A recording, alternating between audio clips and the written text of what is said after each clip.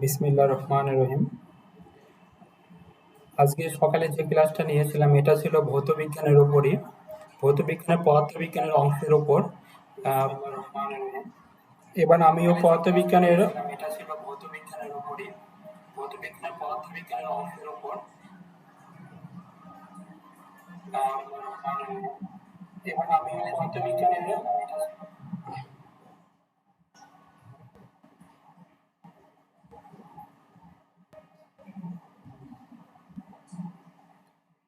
পদার্থবিজ্ঞানের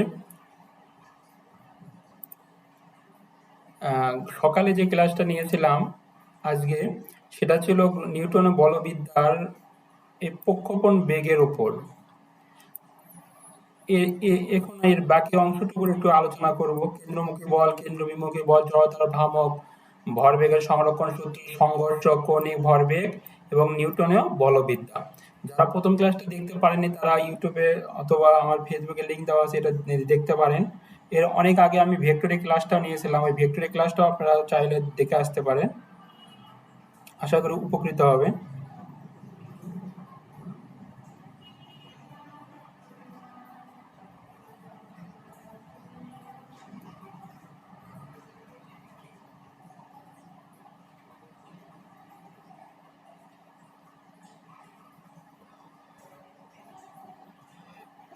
আর ভাইভাতে যারা ভাইভা দিবেন সবাই কাগজপত্র যা যা লাগবে সব ঠিক করে রাখবেন আগে।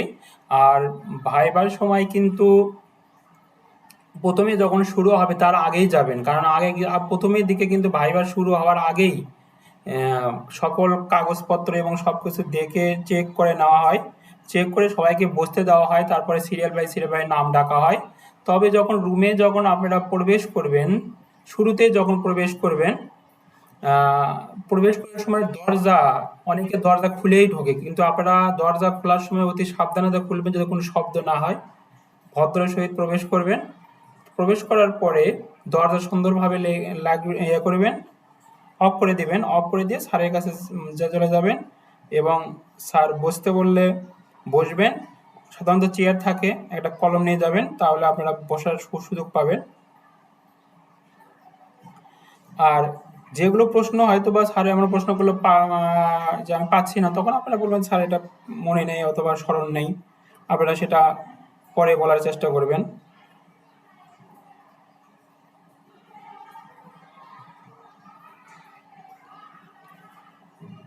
যাতে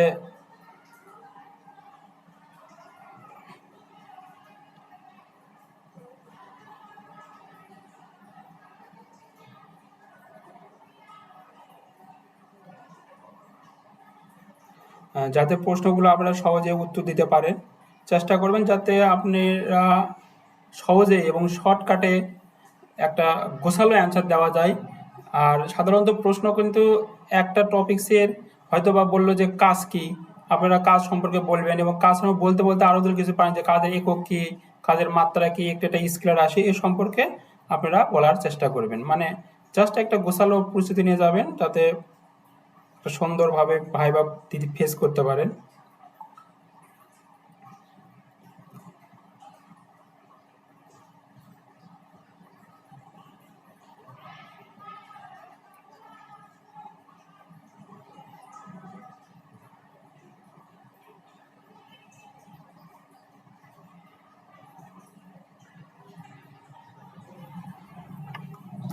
আর কারো কোনো প্রশ্ন থাকলে এখানে প্রশ্ন করতে পারবেন,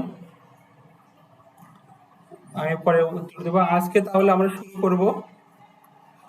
আচ্ছা, তাহলে আমরা এগুলো সকালে আলোচনা করেছি।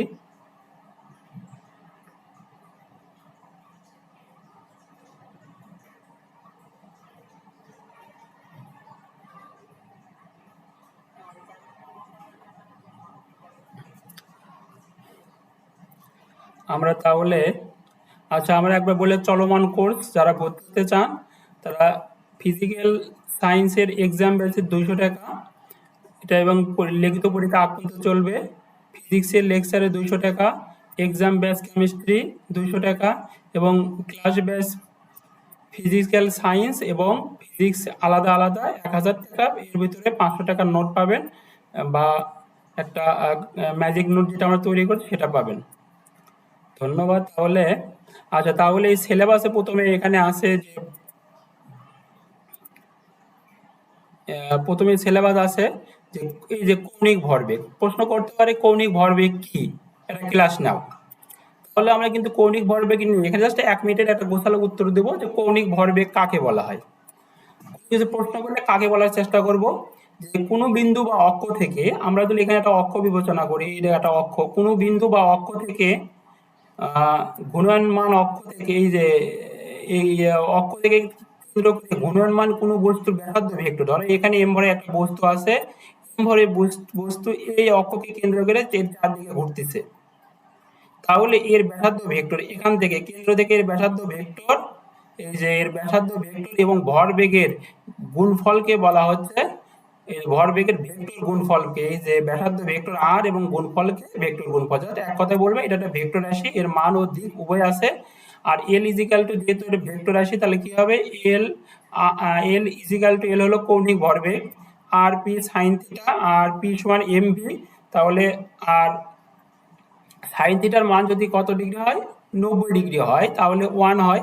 তাহলে আর আর হলো যে এখানে P equal to M V যদি আমরা বসাই, এম ভি বসালাম, আর ভি ইজিক্যাল টু হয় ওমেগা আর, এটা বসালে হবে L equal to M R square omega. এগুলো জাস্ট একটা ধারণা যে এই কৌণিক ভরবেগ কাকে বলে। প্রশ্ন করতে পারে ভরবেগ কাকে বলে বা রৈখিক ভরবেগ কাকে বলে, তাহলে কি হবে, ভর এবং বেগের গুণফলকে, যেমন P equal to, P equal to হবে এম ভি, ভর এবং বেগের গুণফলকে রৈখিক ভরবেগ বলে। তারপরে প্রশ্ন করতে পারে যে কৌণিক ভরবেগের সংরক্ষণ সূত্রে বিবৃতি করো ও ব্যাখ্যা করো। আচ্ছা, ব্যাখ্যা তো এখানে লাগবে না, জাস্ট বিবৃতি করো।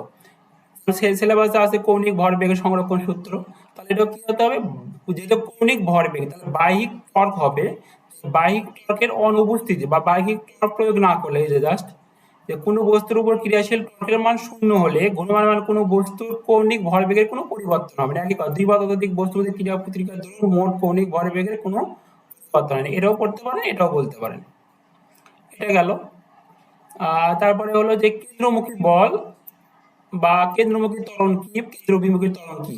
তাহলে কেন্দ্রমুখী ত্বরণ কাকে বলা হয়, শূন্যর সময় ব্যবধান শূন্যর কাছাকাছি হলে বৃত্তাকার পথে, এই যে এখানে একটা বৃত্তাকার পথে ঘূর্ণায়মান কোনো বস্তুর কেন্দ্রমুখী যে ত্বরণ থাকে, এই যে কেন্দ্রমুখী যে ত্বরণ থাকে ব্যাসার্ধ বরাবর, এই যে কেন্দ্রমুখী যে ত্বরণ থাকে তাকে কেন্দ্রমুখী ত্বরণ বলে।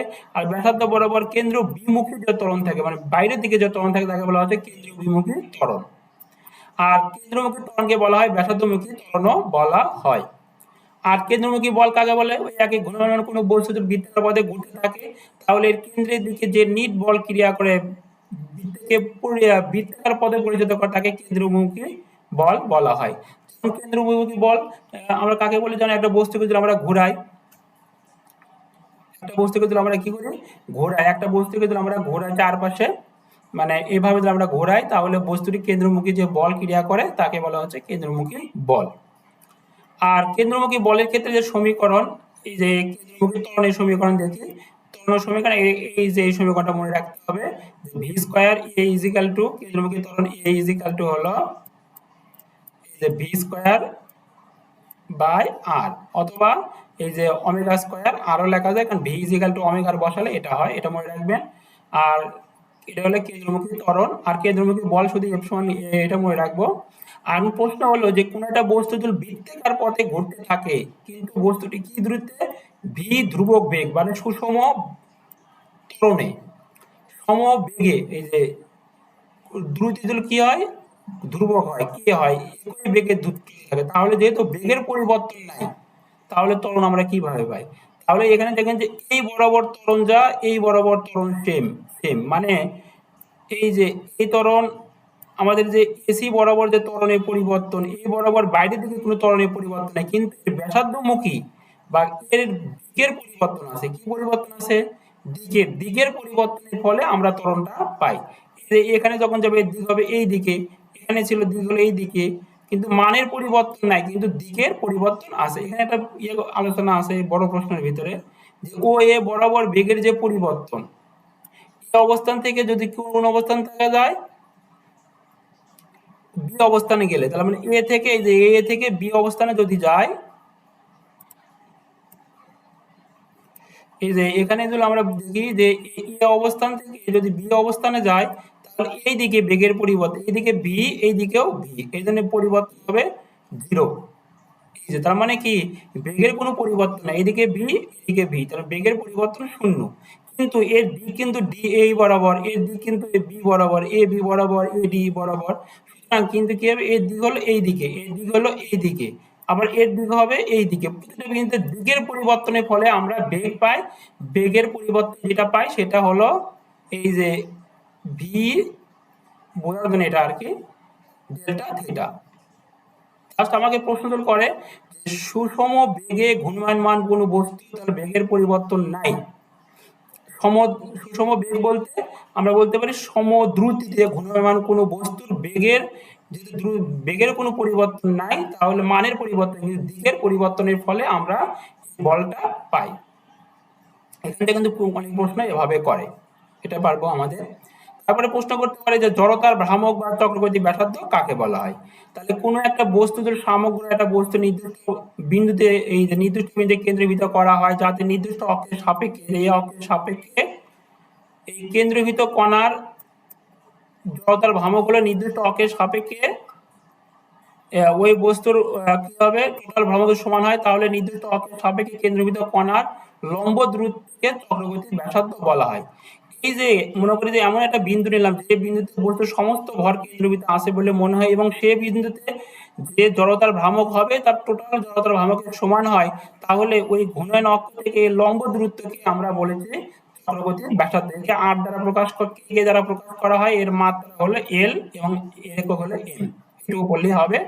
আর জড়তার ভ্রামক কাকে বলে, যে ঘূর্ণায়মান কোনো একটা বস্তুর প্রত্যেকটা কণার ভর, এই যে প্রত্যেকটা কণার ভর, এই যে এখানে m1 m2 এবং ভর এবং ব্যাসার্ধের বর্গের সমষ্টি, এই যে বর্গের সমষ্টিকে চক্রগতির ব্যাসার্ধ, সরি, জড়তার ভ্রামক বলা হয়। একক মনে রাখতে হবে, আর এটা হলো এর মাত্রা মনে রাখা লাগবে, তাহলেই হবে এম কে স্কয়ার বলা যায়, I equal to M K স্কয়ারও বলা যায়, এম কে স্কয়ার। এটুকু শুধু পড়বো, চাপ নেওয়ার দরকার নেই, শুধু এটুকু পড়বে এখান থেকে। তারপরে কি নেক্সট, যে ঘূর্ণায়মান অক্ষের সাপেক্ষে কোনো বস্তুর গতিশক্তি, বা একটা বস্তু যদি ঘুরতে থাকে তাহলে আর গতিশক্তি কত। সাধারণত আমরা যে কোনো বস্তুর গতিশক্তি হলো হাফ এম, যে কোনো বস্তুর গতিশক্তি বা রৈখিক গতিশক্তি যাকে বলা হয় হাফ এম ভি স্কয়ার। তাহলে কৌণিক গতিশক্তি কত হবে, এটা হবে হলো, যেহেতু আমরা বলেছিলাম, আমরা জানি যে যখন বস্তু ঘোরে তখন এম এর পরিবর্তে আই ব্যবহৃত হয় মনে রাখার জন্য। আর যেহেতু ঘুরতেছে তার মানে বেগ হবে কি বেগ, রৈখিক বেগ, এখানে হবে কৌণিক বেগ। এই যে এটা মনে রাখবে, কৌণিক বেগের ঘূর্ণনের মতো কোনো একটা বস্তু ঘুরতে থাকে, ঘূর্ণমান বস্তুর গতিশক্তি, এই যে এটা, এই গতিশক্তি সমীকরণটা মনে রাখতে হবে। এটা গেল। তারপরে এখান থেকে টর্ক প্রশ্ন করতে পারে, যে টর্ক কাকে বলা হয়।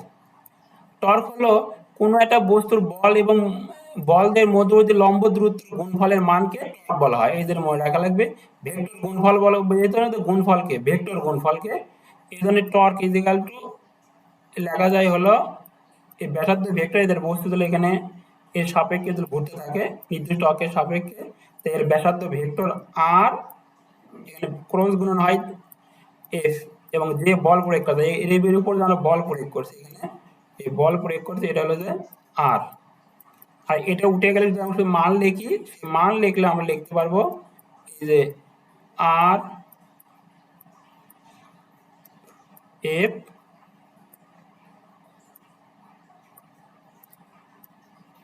সাইন থিটা, এইভাবে আমরা এটা পারবো, এটা গেল। আর এখান থেকে লম্ব অক্ষের উপপাদ্য কাকে বলা হয়, শুধু লম্ব অক্ষের উপপাদ্যটা পড়বো। এই যে এটা, যে কোনো সমতলের পাতের উপর দুটি লম্ব অক্ষ, এই যে এখানে হলো যে এটা এটা পরস্পরের উপর লম্ব, এটা এটা কিন্তু 90 ডিগ্রি, এটা পরস্পরের উপর লম্ব অক্ষের সাপেক্ষে জড়তার ভ্রামকের সমষ্টি, এই জড়তার ভ্রামকের হলো সমষ্টি, এই দুটা ছেদ বিন্দুতে ও, এবং এই দুটোর উপর লম্ব বরাবর, লম্ব লম্ব বরাবর বলতে এটা কিন্তু উপরের দিকে বলতে বোঝাচ্ছে যে এদিকে এক্স, এদিকে ওয়াই, আর এইদিকে হলো জেড যদি বোঝাচ্ছে, তাহলে এটা হলো যদি এক্স হতো, এটা ওয়াই হতো, তাহলে এর উপর লম্ব বরাবর উপরের দিকে, যে আমাদের যেহেতু উপরের দিক বলতে আমার দিক, আমার চিত্র আঁকাতে পারি না, তাই আমরা এই নিচের দিকে দিলাম, এই এটা যদি জেড হয়, তাহলে হবে এক্স, এটা হবে ওয়াই। তাহলে কি হবে, কোন সমতলে পাতের উপর দুটি পরস্পর লম্ব অক্ষের সাপেক্ষে জড়তার ভ্রমণের সমষ্টি ওই দুটি পাতের ছেদ বিন্দুগামীর এবং পাতের অভিলম্ব আক্রান্ত দিয়ে অতিক্রান্ত অক্ষের সাপেক্ষে জড়তার ভ্রমণের সমান। শুধু এইটুকু করলেই হবে। আর আছে এরপর নেক্সট আছে যে জড়তার ভ্রমণ সম্বন্ধে সমান্তরাল অক্ষের উপপাদ্য কাকে বলা হয়। এই যে কোনো অক্ষের সাপেক্ষে, এই যে আমরা যদি এই অক্ষের সাপেক্ষে আমাদের জড়তার ভ্রমণ নির্ণয় করতে বলছে, যে এক্স ওয়াই ওয়াই ড্যাশের সাপেক্ষে জড়তার ভ্রমণ নির্ণয় করতে হলে, এই যে জড় নির্ণয় করতে হলে এই যে পাতের নির্ণয়, এই পাতের ভর কেন্দ্র দিয়ে জড়তার ভ্রামক, এই যে ভর কেন্দ্র জড়তার ভ্রামক, পাতটির ভর এবং এই দুটি অক্ষের এই যে এই পর্যন্ত দূরত্ব, এই দূরত্ব যদি ডি হয়, এই যে ডি লেখা আছে, এই যে ডি গুণফলের সমষ্টি। তাহলে সংজ্ঞাটা মুখস্থ করতে হবে। কোনো অক্ষের সাপেক্ষে একটি সমতল পাতের উপর জড়তার ভ্রামক পাত দুটি ভর কেন্দ্র, এটা ভর কেন্দ্র দিয়ে গেছে, ভর কেন্দ্র গমনকারী অক্ষের সাপেক্ষে সমান্তরাল অক্ষের সাপেক্ষে জড়তার ভ্রামক। তো অবশ্যই কিন্তু যে কোনো অক্ষের সাপেক্ষে জড়তার ভ্রামক নির্ণয় করতে পারবো না। জড়তার ভ্রামক নির্ণয় করতে হলে অবশ্যই ভর কেন্দ্র দিয়ে যে অক্ষ দেবে এটি সমান্তরাল অক্ষ নিতে হবে, না হলে কিন্তু এই সূত্র প্রয়োগ করা যাবে না। যার মানে যে অক্ষের ভর কেন্দ্র দিয়ে যাবে এই অক্ষের সাপেক্ষে নতুন একটা অক্ষ নেব, সেটা হচ্ছে এই অক্ষের সমান্তরাল। তাহলে আমাদের যে ওই পাতের ভর এবং অক্ষ দুটির মধ্যবর্তী দূরত্ব বর্গের গুণফলের সমান হবে, তাকে বলা হচ্ছে জড়তার ভ্রামক। সমষ্টি হবে এই এই অক্ষের জড়তার ভ্রামকের সমান। তার মানে আমাদের যদি বলে যে এই ওয়াই অক্ষের জড়তার ভ্রামক, এই যে ওয়াই ড্যাশের অক্ষের জড়তার ভ্রামকের সমান হবে, যে এই অক্ষের সাপেক্ষে জড়তার ভ্রামকের সমান হবে এই যে এ অক্ষের, তার মানে ভর কেন্দ্রগামী যে অক্ষ হবে সেই অক্ষ এবং প্লাস এই বস্তুর ভর এবং এই দুটি অক্ষের লম্ব অক্ষ, এই যে ডি হলে সমান হবে।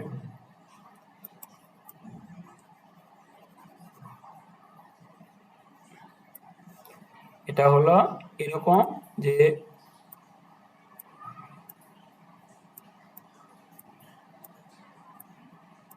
এই অক্ষের সাপেক্ষে হবে, এর ভর কেন্দ্র দিয়ে যাবে তার ভ্রামক প্লাস এই বস্তুর ভর, এর বস্তুর ভর যদি আমরা পুরো ভর যদি এম হয় এবং এর মধ্যবর্তী দূরত্ব এই পর্যন্ত থেকে এই পর্যন্ত দূরত্ব মনে রাখবো, এই পর্যন্ত দূরত্ব ডি হলে ডি এর বর্গের সমষ্টিকে বলে। এভাবে আমরা বোঝানোর চেষ্টা করবো যদি প্রশ্ন করে এখানে। আচ্ছা, তারপরে গেল, তারপরে নেক্সট হচ্ছে ভরবেগের নিত্যতার সূত্র বা সংরক্ষণ সূত্র। আর এটা ছিল কৌণিক ভরবেগ, এটা হচ্ছে ভরবেগের, যে একাধিক বস্তুর মধ্যে ক্রিয়া প্রতিক্রিয়া ছাড়া অন্য কোনো বল কাজ না করলে তার মোট কৌণিক ভরবেগের কোনো পরিবর্তন হয় না, এটা শুধু করলেই হবে। আর ঘর্ষণ কাকে বলে এটা কিন্তু সিলেবাসে আছে, ঘর্ষণ একবার পড়বো। দুটি বস্তু যদি একে অপরের চলার চেষ্টা করে তাহলে একটি অপরটি গতিশীল হলে বা হতে চেষ্টা করলে গতি স্পর্শতের গতির বিরুদ্ধে একটা বাধা তৈরি হয়, এর নাম হচ্ছে ঘর্ষণ। ঘর্ষণ বল চার প্রকার: স্থিতি ঘর্ষণ, আবর্তন ঘর্ষণ, চল ঘর্ষণ এবং প্রবাহী ঘর্ষণ। ঘর্ষণ কি, দুটি বস্তু যদি একটি অপরটির উপর দিয়ে সাপেক্ষে স্থির থাকে তাকে বলা হচ্ছে ঘর্ষণ, যেমন টেবিলের উপর বই স্থির রাখা। চল ঘর্ষণ, দুটি বস্তু একটির উপর দিয়ে চলতে চায় তাহলে এর তলে যে ঘর্ষণ তৈরি হয় তাকে বলা হয় চল ঘর্ষণ, যেমন মেঝের উপর দিয়ে বাক্স টানা। আবর্তন ঘর্ষণ বলতে দুটি, যখন কোনো বস্তু একটির উপর দিয়ে গড়িয়ে আবর্তন বলতে একটি বস্তুর উপর দিয়ে গড়িয়ে চলে, যেমন মার্বেল পাথর, ফুটবল, তখন যে ঘর্ষণ হবে, যেমন চাকার গতি, মার্বেলের গতি হলো, এটা হলো আবর্তন ঘর্ষণ। আর প্রবাহ ঘর্ষণ মানে যখন কোনো কঠিন বস্তু তরল বা বায়ুর উপর দিয়ে চলতে থাকে তখন যে ঘর্ষণ থাকে প্রবাহী ঘর্ষণ, যেমন বৃষ্টির উপরে ঘর্ষণ। আমরা এই সিলেবাসে ছিল মোটামুটি আমরা এইটুকু একটু পড়লে এখান থেকে মনে হয় আর তেমন কোনো প্রশ্ন নাই। আরো যদি এখানে পড়তে চান তাহলে ইন্টারমিডিয়েট বইটা আপনারা অবশ্যই রিডিং পড়বেন। তাহলে ইন্টারমিডিয়েট বইটা রিডিং বা একবার দুইবার পড়বেন, এই তাহলে আরো ভালো বুঝতে পারবেন। তা আমি ধারণা দিলাম যে এগুলো এই সিলেবাসের এখান থেকে দেখেন পড়া বুঝবেন, এইখানে এই যে সিলেবাসটা এখানে প্রক্ষেপণ গতি কিন্তু ইম্পর্টেন্ট, আর এইটুকু, তাহলে কিন্তু এইটুকুর ভিতরে মোটামুটি প্রশ্ন কিন্তু কভার করবে।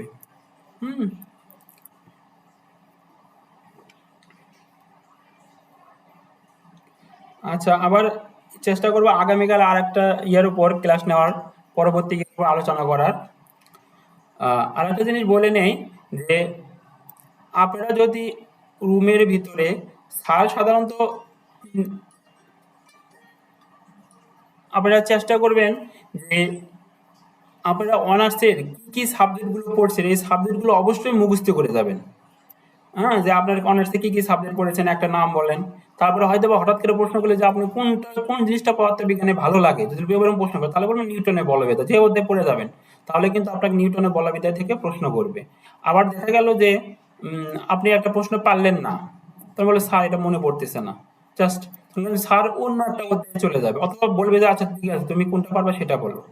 আর সাধারণত ভাইভাতে কিন্তু 2 ঘন্টার সময় 30 জনের ভাইভা, তাহলে 4 মিনিটের পরে নাই সেটি বুঝলাম যে 5 মিনিট কে গড়ে 5 মিনিট বা 6 মিনিট কে নিল, এরকম কিন্তু নেবে না। প্রথম দিকে হয়তো বা বেশি সময় দেবে কিন্তু লাস্টের জায়গায় কিন্তু কম সময় থাকবে। হুম। আচ্ছা ঠিক আছে, আবার দেখা হবে নেক্সট ক্লাসে। সবাইকে ধন্যবাদ। আসসালামু আলাইকুম।